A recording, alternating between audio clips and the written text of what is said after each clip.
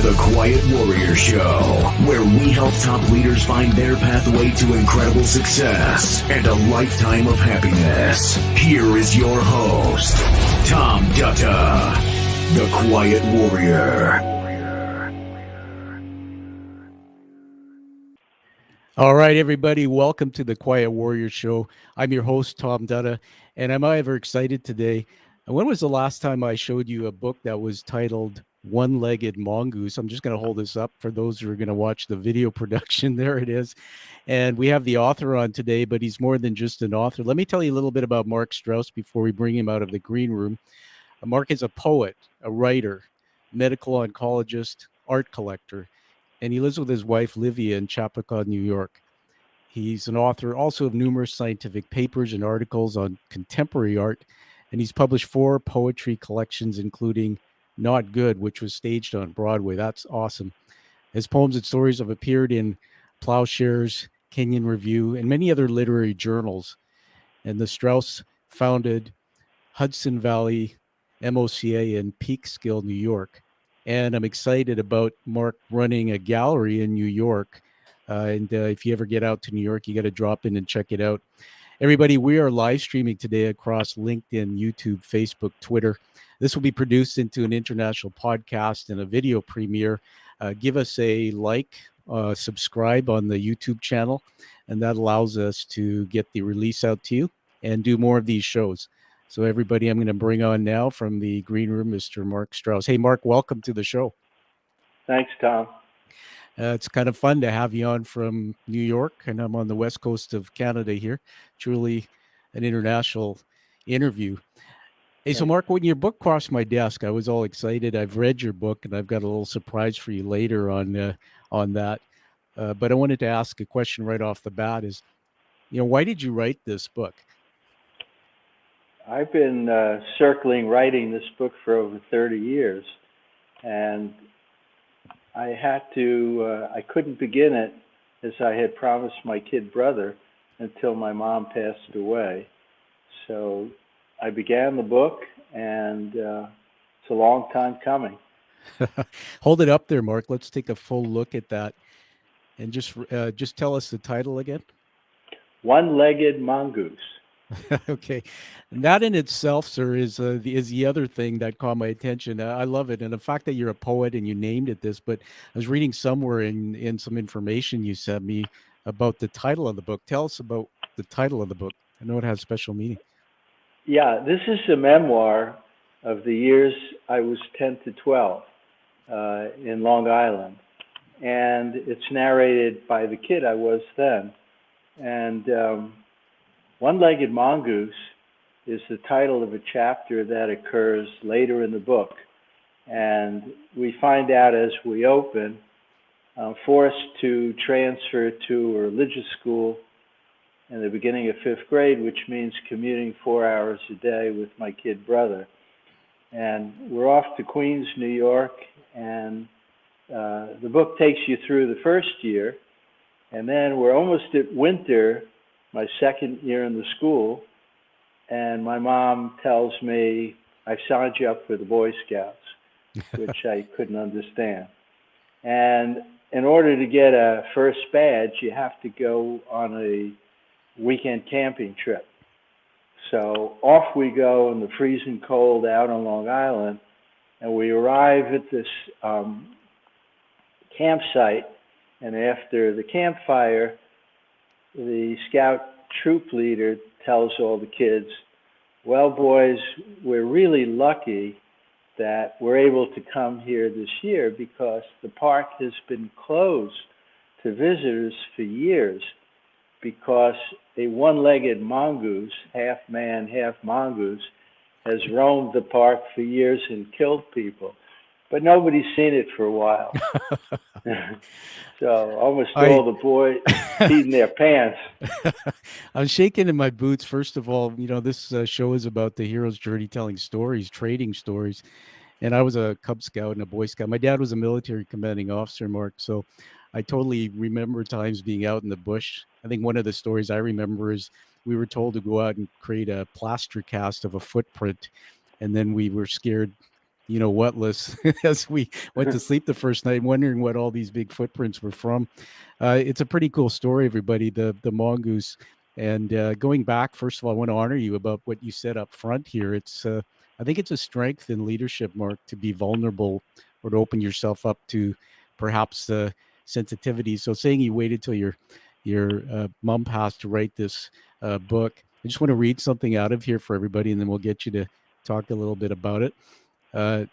So we know this is a memoir, everyone, written in the 1950s New York, and there's a part in here talks about your upbringing. I just want to read this paragraph. Excuse me. It was fists that Strauss was used to after years of fighting off bigger kids who harassed his younger, sensitive, bullying magnet brother Stephen. It was fists that he was used to at home, where in addition to Stephen, he lived with a secondhand dog named Twinkie, his older sister Miriam, who afraid there's a bogeyman in the basement and who only reads books with love and nice endings. His hardworking chess-playing Polish immigrant father, whose textile store he worked at every Sunday, and his red-haired, chain-smoking, gifted pianist mother, who beat him repeatedly, relentlessly, starting when he was 2 years old for such offenses as breaking a vacuum clean bag. Tell us, I mean, I got to ask you this because I come from, if you get to know my backstory, a violent childhood. My father was a drinker and a commanding officer, so it was a combination that wasn't great. Somebody told me once that our parents just, parented us the best they could with what they had. Tell us about that experience growing up with that. And at the young age, we don't really know, right, why those things are happening. We don't understand it until later years in life. I think my mom was a brilliant woman who was never able to fulfill her promise. She could have been a world-class pianist and gave it up. She had to leave high school during the Depression. Yeah. But even so, something was obviously wrong with her, because from before the age of 2, she would suddenly go off and beat me mercilessly. And I protected my kid brother, Stephen, who was never beaten, and my older sister, Miriam, wasn't beaten. So I endured this, and we see this, and I'm trying to figure out how to extricate myself as the book ends. Yeah, there's a thread in that story, Mark. Again, we honor you and love the fact that you're sharing this. There's a thread in society that this story seems to repeat itself over and over again. And I remember at the age of 12, when I sort of became homeless, my parents divorced, and that was the end of my family. I just remember that you didn't talk about things, and there was a bit of a stigma around violence or abuse in the home. Did you ever learn about your mother's parenting or what her growing up was when she was a child? Not a lot. I was close with her father, Grandpa Max, who died when I was very young. Then I was close with her mother. My mother was one of 5 kids. She had 4 large brothers, most of whom fought in World War II. And I once asked one of my uncles, did Grandma Katie beat you? And he said, well, it wasn't too bad, just pots and pans. But, but I thought he was laughing. It couldn't be that bad. But I think there's a likelihood my mother was mentally ill, that she was bipolar. Yeah, these are very very important facts, even if we can't prove them post death. But again, riffing on that point, my father was military commanding officer. But before my dad passed away in January 2018, Mark, after being estranged from him most of my life, I had coffee with him. I think God called me to go and see Dad, and I was actually seeking forgiveness because I'd suffered through my life with this story. And I remember in that coffee, my dad saying, "I love you, son. I'm sorry um, about the things I did." And then I asked Dad, I said, "Tell me about grandfather," because my grandfather passed away and I never knew him. But that's when I learned, Mark, that I was looking. My dad I could have been what my dad became if I had taken the path he did, but his childhood was just like mine. My grandfather was a chronic alcoholic, and dad's life was tough and violent. And so at a young age, I guess maybe some of that behavior and maybe some of the genetic factor transferred over. And it was at that moment that I was able to let that fall away, that feeling and that pain. And today I can say honestly, as I so admire you said, I love my dad. And I always search for the meanings in his story. What are the strengths that he left with me? So I really like how you wrote this book, to tell a story, but also to honor some of the strengths. Take us into a piece of this, Mark. You were sent to school 4 hours away, and then there's some thread in here about anti-Semitism. What was that all about? My dad was an impoverished immigrant who Yeah. came to New York at age 15, uneducated, went to work full time. When he was in his 20s, he opened a textile store in New York. And I had the good luck to start working there from the age of 5. But like a lot of people, immigrants entering the middle class, he thought, well, you go out and buy a house now. And he bought a little house out in Long Island and then went to work. And he didn't know that the neighborhood was rabidly anti-Semitic. There were almost no Jews. I learned even as a little kid, it doesn't come from the kids. This is something they hear in their house. A kid doesn't start off being racist.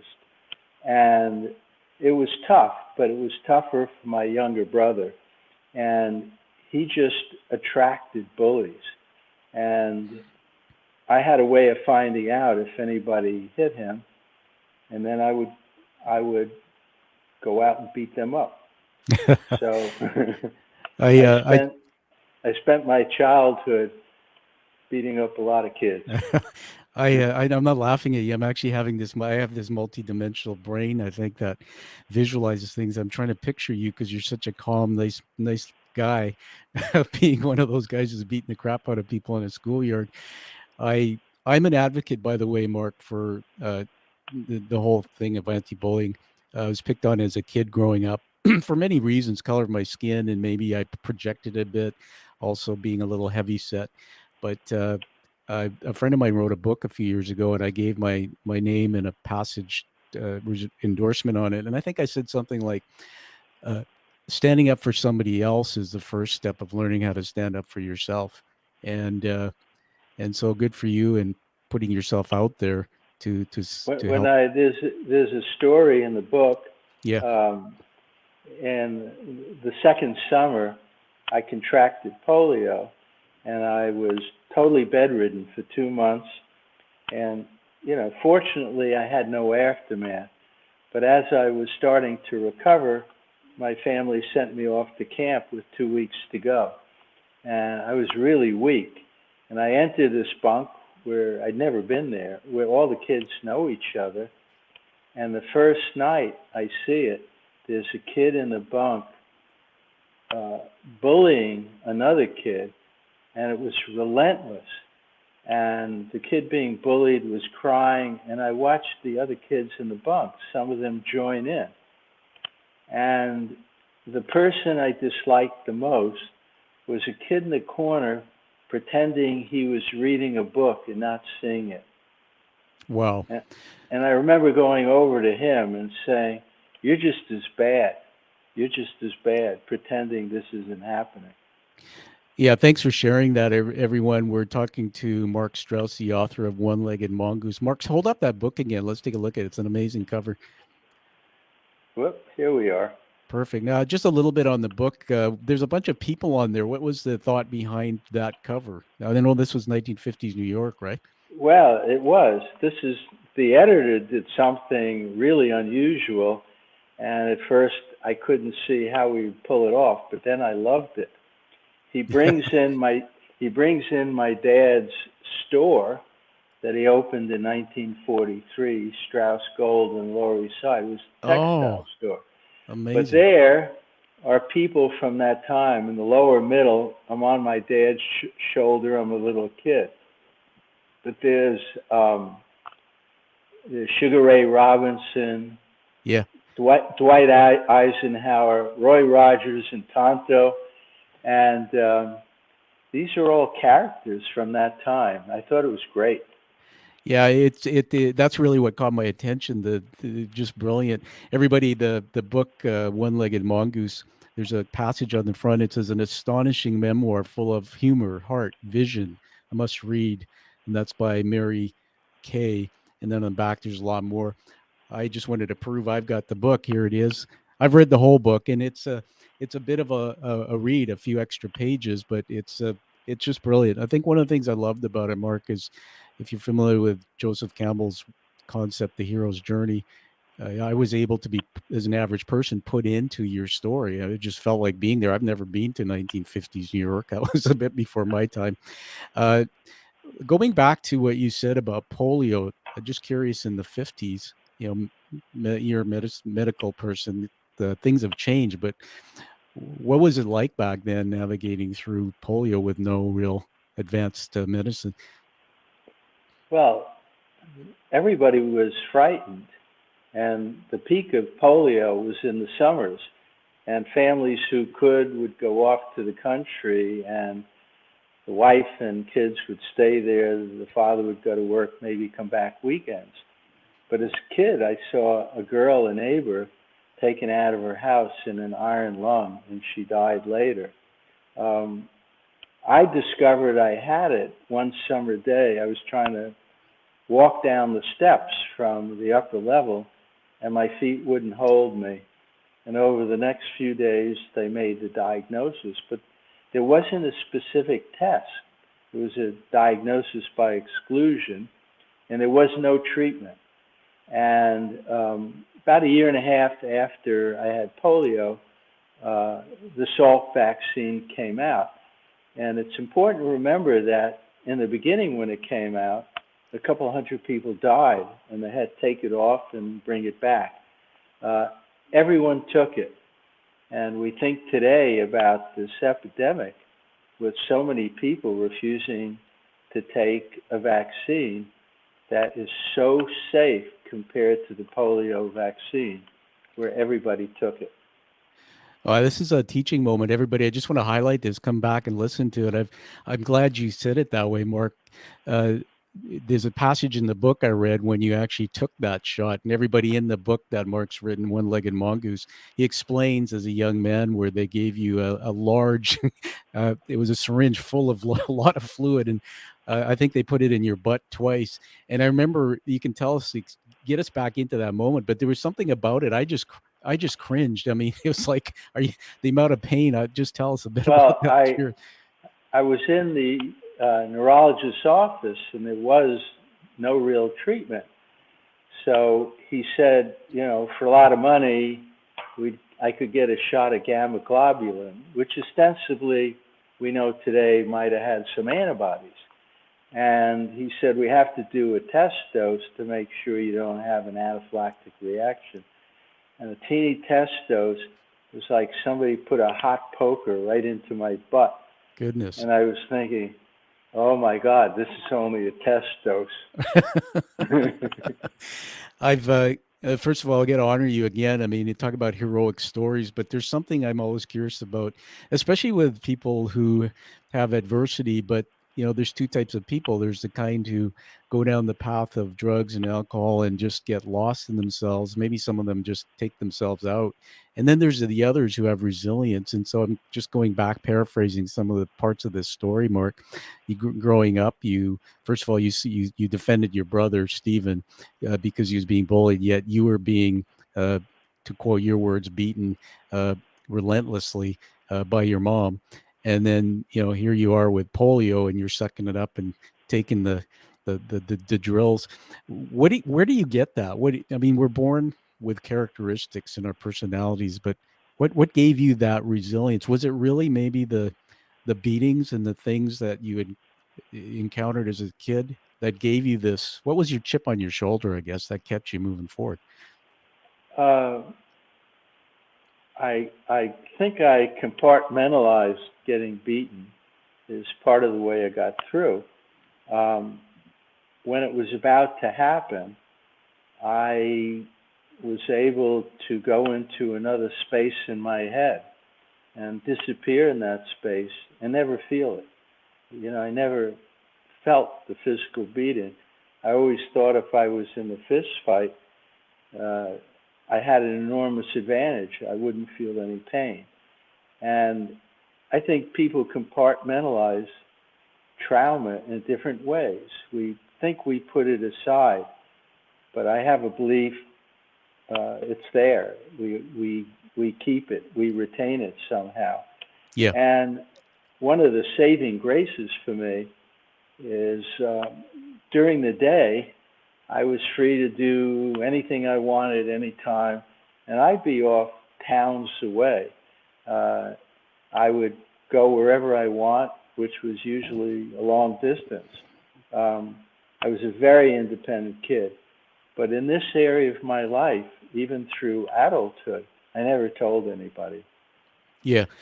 Thank you for sharing that. Many threads that connect. And I know there's many people watching this broadcast or who will watch it when it's released again that will say that thread or that part of the story is my story. And I think that's why it's such a good thing you've written this book, Marc, because everybody, we've been talking now for a good 20 minutes.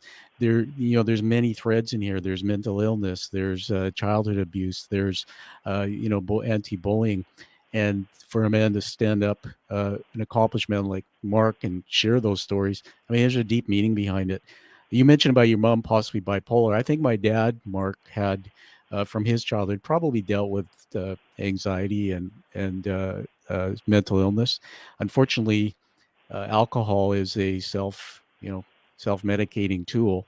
And I don't think my dad, even in AA, and it's one of the questions I have about the whole AA program, there was never a focus to help my dad with his mental health. And growing up with him, I saw that stress and pressure.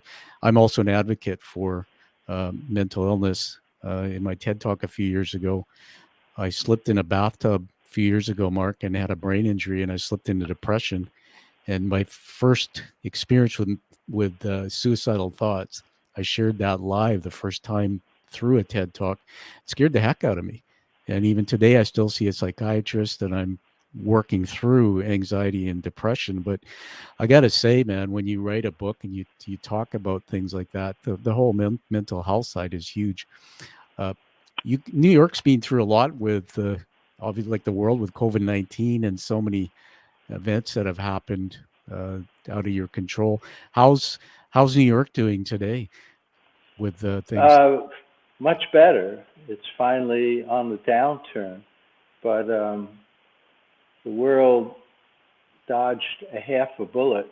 I mean, this is still COVID and people are still dying. Yeah. But this particular variant is less lethal. And I think there's a lesson there. I wish everybody learned it, that we need to be vaccinated. That's just my strong opinion. Yeah, I share your opinion. And in our country, I think we have almost 90% of people are vaccinated. I have double now, and I'm waiting for the booster program we have. And just sneak in and get it. Yeah, I think I will. And so I just want to, first of all, honor you for saying that. And to everybody watching this, whether you're American, Canadian, or any other culture, get your vaccine. I mean, come on. You just heard Marc talk about the polio experience he had. We're trailblazers, and somebody has to. They say the first one through the wall gets bloody. Well, somebody has to be part of that tribe that proves that the vaccine works. I just want to share this with you, Marc, that my daughter, who's 24 years old, she's across the country in a part of our Canada called New Brunswick in university. And she came home for a month. I hadn't seen her for 2 years because of COVID. She just left. But she brought these self-test kits and N95 mask. And I think, I was proud of her because as a 24-year-old, but the attention and the care, to making sure she didn't affect other people. I think that's the big part that I see in you, is you care about other people. I want to take a right turn here in the story because there's a lot more to you with your background. Oncologist, I think you're former chair of oncology and a professor of medicine. You've written, as I read here, multiple papers and whatnot. And when you were telling me about escaping your childhood, I kind of started connecting dots. Tell me what you think. In my childhood, Mark, I escaped cooking. I was baking cookies in the kitchen, and I think today I'm a home chef. I've watched every cooking show, and my Instagram page has all my creations. But I think we all escape through something to compartmentalize that trauma. And one thing I learned through my mental health, cognitive behavioral therapy just recently is I didn't know what unresolved trauma was, but it's like, okay, if my mother beat me when I was 10, then I could be sitting here today and feel sad or down or depressed about it, yet she's not beating me. And that's really the way I describe unresolved trauma. It's always there, it always comes back, and we have to practice the self-care. I started thinking about what put you into medicine like this, and then you took a turn into poetry and writing. And I'm thinking like that was maybe part of your drug, of escapism. You had this creativity where you could go on a journey in your head, uh, and like you said, maybe not think about it. Tell us more about that. You just said it better than I could.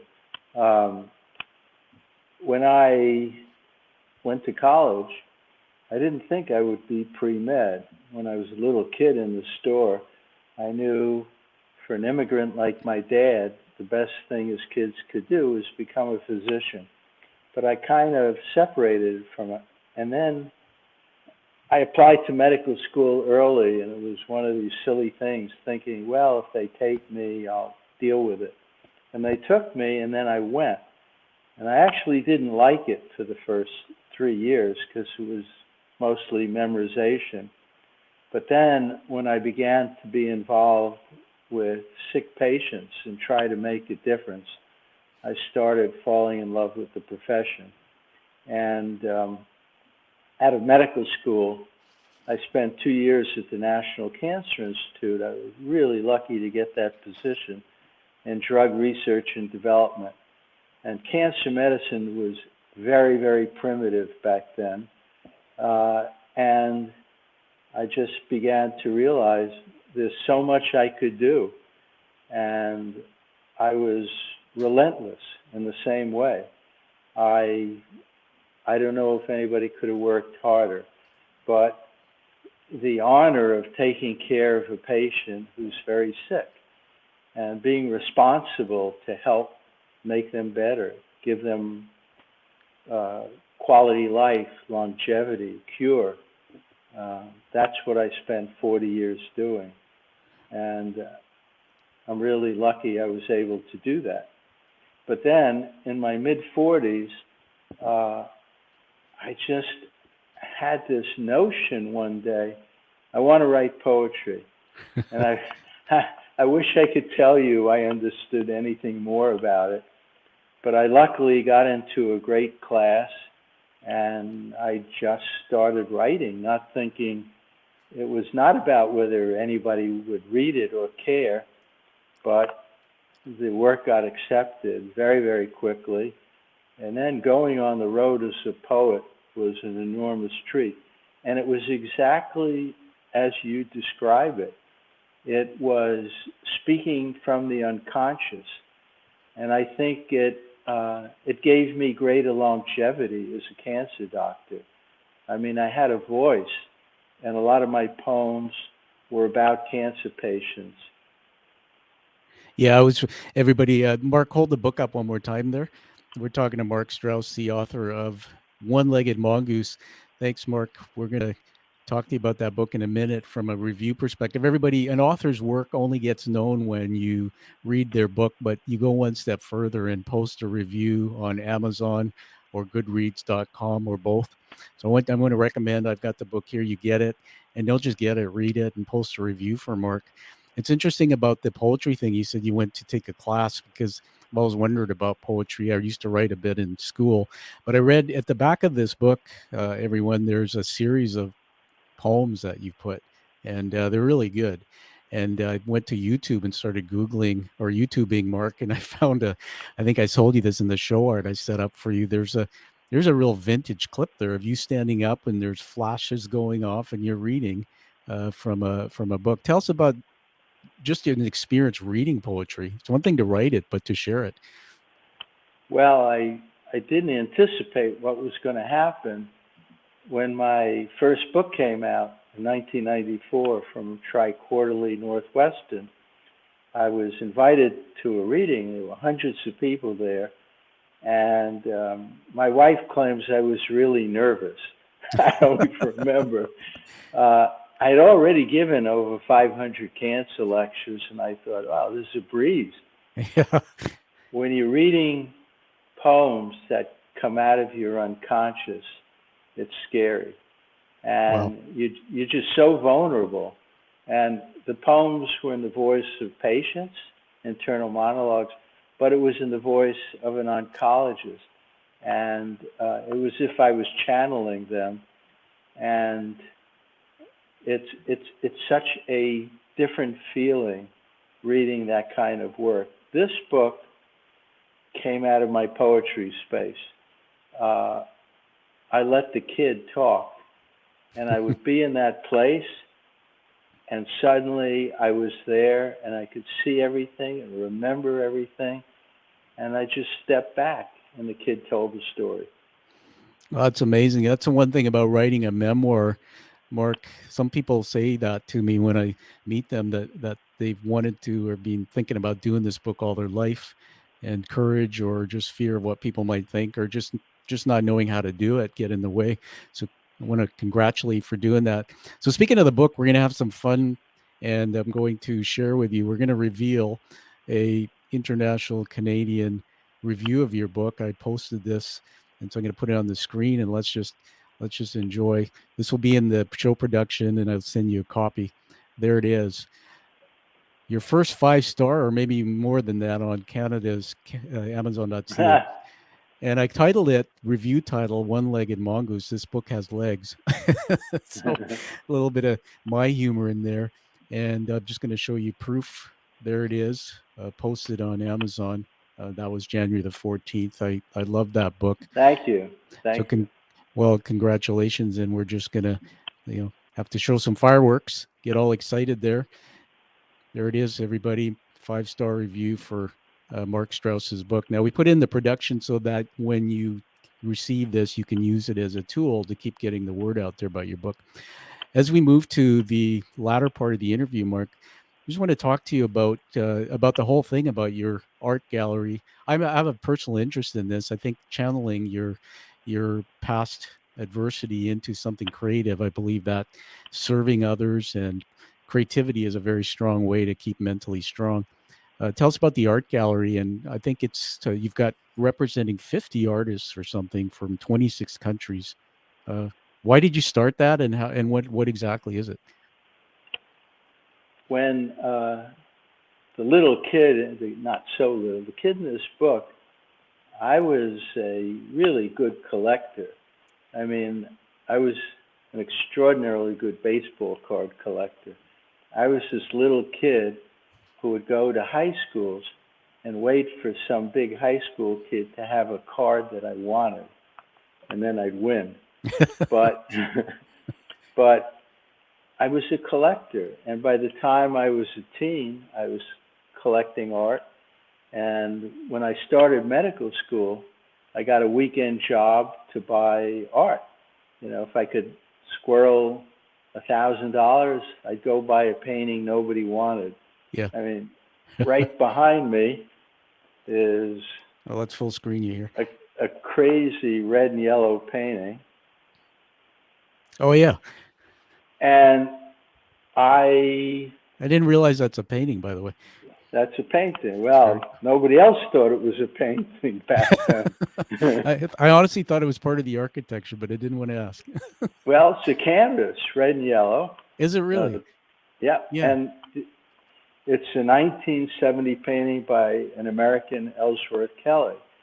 And when I bought it, nobody wanted his work. And I thought, this is so inventive and different.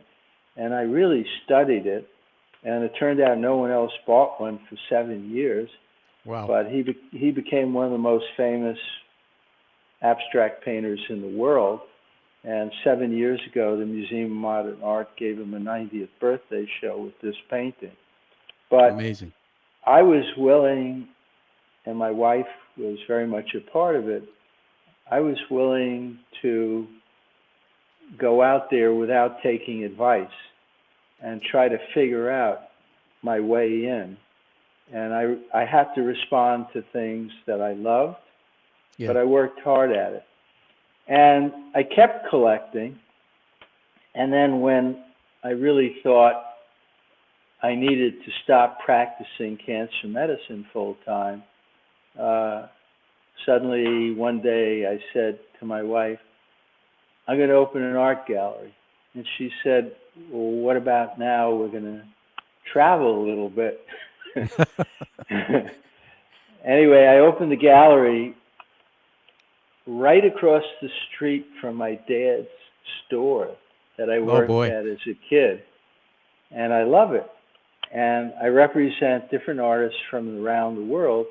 And it's my way to support artists whose work I think is important, who need support. That is amazing. And it's so cool, the story of how you opened the gallery across from your dad's store. Is the store still there, or I assume it's... No, I mean, he retired in 1980, and it's a coffee shop downstairs and a karate school upstairs. But in your vivid imagination, when you look at it, it's still the store, I'm sure. That's I remember all of it. What's the name of the gallery again, Marc? Marc Straus. Everybody, you'll see the stock ticker on the screen, marcjstrauss.com. And if you're in New York, drop into the art gallery and check it out. Amazing stuff. I've also gone to that website, and there's some really good images of Marc's art there. So just a total package. One observation, Marc, when you watch this back, I study human behavior, and my personality is very emotion-based. My wife says you can't shut up sometimes. It's that you see the uptick in your face, your smile, your emotion when you're talking about creativity and art. So God bless you, man. That's just awesome. Your gift to the world. So I want to go to, really, as we go to wrap up here, I want to honor you with a few words, Marc. I don't script these. These are words that I write down as I'm interviewing you. I call them leadership words. The first one is trailblazer. Just to stepping into from where you were into medicine to opening an art gallery, expressing yourself with poetry. Number two is hero. Heroic people step into the unknown and come back as a guide or shaman and teach the world. You're doing it. Three is maven. If I think about people I want to talk to about a certain topic, when I think about art now, or poetry, you're in my mind. And the last one, I think I'll give you two here: kindness and love. There's this compassionate way about you. I just want to be with you and talk to you, and I think that has served you well. So we're going to give you an award now. I'm going to full screen me for a minute. Don't think I told you this. All right. Well, there is a image behind me there, Marc, and it's a challenge coin. Challenge coins were established in World War II. Soldiers would carry them in their pockets to commit community. And today they're used around the world in various, the first responders, AA organizations where they build community. I had these handcrafted and painted and designed in the U.S. The front is the image of the show. The back is actually the illustrated narrative of the hero's journey that we take, why we're all connected. By receiving it, you commit to continuing this purpose you have, taking the action and really changing lives. So I want to welcome you to the Quiet Warrior Tribe. We're now in 17 countries, and there's less than 50 of these a year that go out. So welcome aboard. Thank you so much. You're welcome. And this will be sent out to you. And I'm going to send you my book as well. I'm going to sign it for you because in it is it's a bit of a memoir, but it's my story. And I think that we've got more stories to tell. So on that note, let's give it to you to wrap up, Marc. Anything you want to say before you wrap? Anything where people can get a hold of you and your stuff? MarcJStrauss.com is the book site. And I'd be proud for people to get the book, talk about the book. It's an adult book. It's narrated by a 10 to 12-year-old, but you'll see from the reviews on Amazon that adults have enjoyed it, and there's parts of it that are really funny. And I'm just so touched that the reception has been so great. Well, that's fantastic. It is. It's lighthearted at times, and it's very entertaining. So, hey, Marc, one last question that came to my mind. You don't have to answer it. I just have this dark sense of humor. I was thinking when you're talking about your mom and my mom, my mom's weapon of choice was the Hot Wheel track and the wooden spoon. And those two little things, they hurt when I got it. I don't know if your mom had a weapon of choice or just her bare hands. The bare hands was worse because she was really powerful. Her oldest brother was a professional boxer. Oh gosh. Did well. My mother trained him. Oh boy. Oh my God. But unfortunately, her weapon of choice was a leather strap she kept in the closet. There's one poem in the back. You got me going again. So, I control the show, so I'm just going to keep you on a few more minutes. There's a poem in the back there about Grandma Katie. And that was, who was that again? My mother's mother. After my grandpa Max died, she'd come stay with us a few days every few months, and I got really close to her. Yeah. It's almost like a surrogate. Can you do me a big favor? Because I just want to capture you reading. Can you pull that out of your book and just read it to us? This would be like a magic moment. When you're ready, I'll just full screen you for a couple minutes. Everybody, just listen to this. Come back and listen to it. It's heartwarming. It's right at the end there. What's the title of it? Yeah, it's called Grandma Katie, page 266. Okay. Grandma Katie. The sky, a July coconut haze, the blue and white enamel sign, 49th Street and 14th Avenue. The two-family brick house, one in from the northeast corner, is a small religious school now. Its concrete stoop, 4 steps, I would have guessed 6, is painted over yellow too many times, and the chink in the balustrade to the left, against which I fell, is sanded smooth. My memory is frozen into still frames. In one, I hesitate at the top step on my new red tricycle. In another, a cold rag is wrapped around my wrist. A pea green cotton house dress with small white flowers billows like a tent. Steam lifts off the clear suit, filling a broad maroon bowl, a thin stick of celery, 2 carrot chips, a chicken foot with puckered skin, and three large toes. This is the first ever on my show where we're having the poet read and the student is reading along. That's just fantastic. Everybody in the book, One-Legged Mongoose, at the back, you'll see a collection of these poetry, and there it is. Marc's holding up. Hey, Marc, congratulations on all your success. We'll be keeping in touch, and thank you for being on the show. Tom, thank you so much. You're welcome. Everybody, find that true purpose like you see Marc has done. Take action and live the life that you desire, and maybe help other people do the same. Go for it.